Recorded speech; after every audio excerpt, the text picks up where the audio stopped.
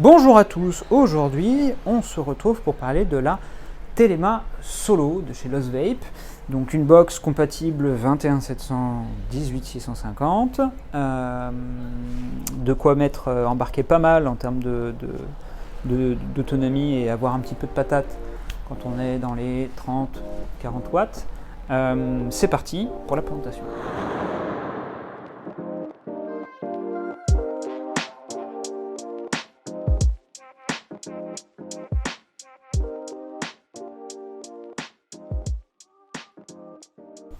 Alors, voyons voir ce qu'il y a dans la boîte de la Telema.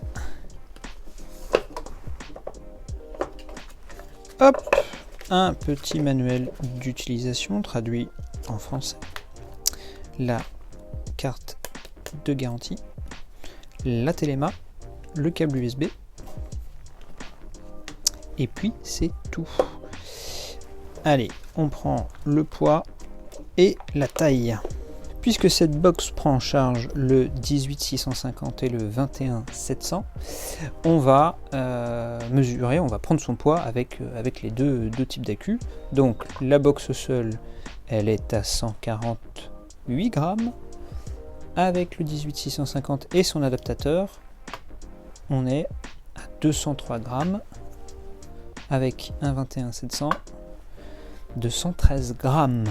Pour les dimensions, on est à 97 mm de hauteur, 38 mm de largeur et 28 mm d'épaisseur. Alors, il est temps de s'intéresser d'un peu plus près à la Telema Solo 100 watts. Donc, Lost Vape d'un côté, Telema Solo de l'autre, du simili-cuir ici pour le cache de la batterie qui est aimanté. 3 points de fixation, ce qui est généralement un gage de solidité pour le Plot 510. Hop, le petit cache, enfin la trappe à accu avec ces deux petits aimants de chaque côté, le plus, le moins pour la batterie.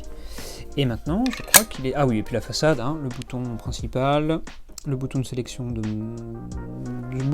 vous allez voir quand on va allumer la box, le plus, le moins et l'USB-C. Allez, on va mettre un petit 21700 à l'intérieur parce qu'elle a été pensée pour ça. Hop là, voilà, toc, on referme, hop. Donc somme toute une présentation assez classique, même s'il y a quelques petits particularismes liés à cette box. On retrouve la valeur en ohm de la résistance, en tout cas de la dernière résistance, hein, puisque je l'ai utilisé avec le petit CNG. Le pourcentage de la batterie, le mode power, la puissance en watts, la durée de la taf, hein, qui va s'afficher ici, l'utilisateur, ça je vais y revenir, normal, ça on va y revenir aussi quand on ira dans les réglages, le nombre de puffs tirés et les settings, et donc ça on va y arriver tranquillement. Donc on appuie sur le bouton du milieu pour sélectionner, et une fois qu'on est là, donc quand on est en bleu, ça veut dire qu'on peut naviguer avec le plus et le moins dans les différents paramètres. Quand on passe en orange, là vous pouvez switcher entre les différents fils pour le contrôle de température ici, le VPC, les voltages ou le mode bypass. Une fois qu'on a trouvé son mode, on appuie au milieu et c'est validé. On descend, hop, on appuie sur le bouton du milieu pour pouvoir changer la puissance et on appuie au milieu pour valider. L'utilisateur, ça je vais en parler quand on ira dans le réglage, et pareil pour le mode normal là. Et puis les puffs qu'on peut remettre à 0. Voilà. Et donc les réglages. Donc l'atomiseur, ça c'était le dernier atomiseur qu'on a installé dessus. D'accord. Là on règle la luminosité, screen, la couleur. Donc là on peut varier toutes les couleurs. J'aime bien bleu. User, vous pouvez paramétrer plusieurs utilisateurs. Est-ce que c'est une fonction superflue?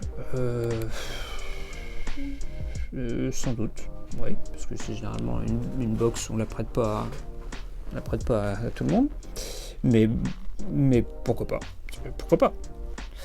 Reset, c'est pour remettre tout d'aplomb. Ah, et puis il y avait, je pensais qu'il y avait le... Et About, c'est à propos de la version du chipset, ok. Je pensais qu'il y avait le truc de normal, etc. Alors, normal, qu'est-ce que ça veut dire? On a le choix entre normal, soft et hard. En fait, tout simplement, quand on est à 16 watts, on s'en fiche un petit peu, mais quand on atteint des puissances qui sont un peu plus importantes, de l'ordre de 40, 50 watts, etc., il peut y avoir ce que moi j'appelle l'effet diesel, c'est-à-dire que la résistance met un peu de temps à chauffer avant d'atteindre sa température, sa puissance, en tout cas telle que vous l'avez réglée. Ça permet quoi? Quand vous êtes en mode normal, ça chauffe normalement, d'accord? Quand vous êtes en soft, ça va chauffer doucement jusqu'à atteindre, par exemple, vous êtes à 50 watts, ça va atteindre tranquillement les 50 watts. Donc ça veut dire que ça va commencer à, je sais pas moi, 35, 40, 45, puis 50. Le mode hard, lui, il va taper directement dans, par exemple, pendant un court instant, hein, vraiment un court instant, il va taper dans les 60 watts, puis il va redescendre tout de suite à 55, puis 50. En fait, ça permet d'avoir quelque chose de plus réactif. Dès qu'on appuie, paf, la puissance est là. Voilà, c'est une façon de faire en fonction de votre convenance, de vos préférences, etc. Mais c'est bien que ce soit... C'est pas le cas de toutes les box, hein, loin de là. Toc. Alors oui, qu'est-ce qui se passe quand on met un atomiseur dessus? Il vous demande tout simplement si c'est une nouvelle ou une ancienne résistance. Est-ce que là, il va me le demander? C'est pas dit.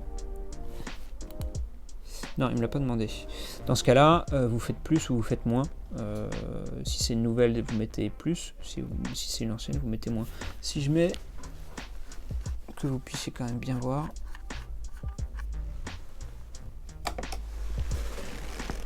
Je vais mettre un petit Zeus Nano dessus. Et vous allez voir ce qu'elle va me dire. Check. Voilà. Hop, new atomizer, new coil, old coil. Donc ancien ou nouveau. Donc plus ou moins. D'accord. Si je mets plus, on était à 0,61, on est à 0,4. La valeur de la résistance dans le Zeus Nano installée actuellement. Voilà. Que dire d'autre? Eh ben, je crois qu'on a fait le tour, somme toute. Hein, une box pas si complexe que ça, que je trouve très jolie d'ailleurs, d'apparence. Dès qu'il y a du cuir, j'aime bien, de manière générale. Puis le petit côté bois, faux bois. Et puis on le voit pas forcément, je vais essayer de vous le montrer, mais c'est... On va essayer de faire la netteté. Les vis sont assez travaillées. Hein. Généralement, quand ils s'emmerdent à mettre des vis, aller dans les détails comme ça, à mettre des vis un peu travaillées, c'est que ça laisse prévisager d'une certaine qualité dans la fabrication de la box. Hein. Quand le fabricant s'embête un petit peu avec les détails, c'est que l'ensemble du produit est généralement de bonne facture. Hop, allez, c'est parti pour la conclusion.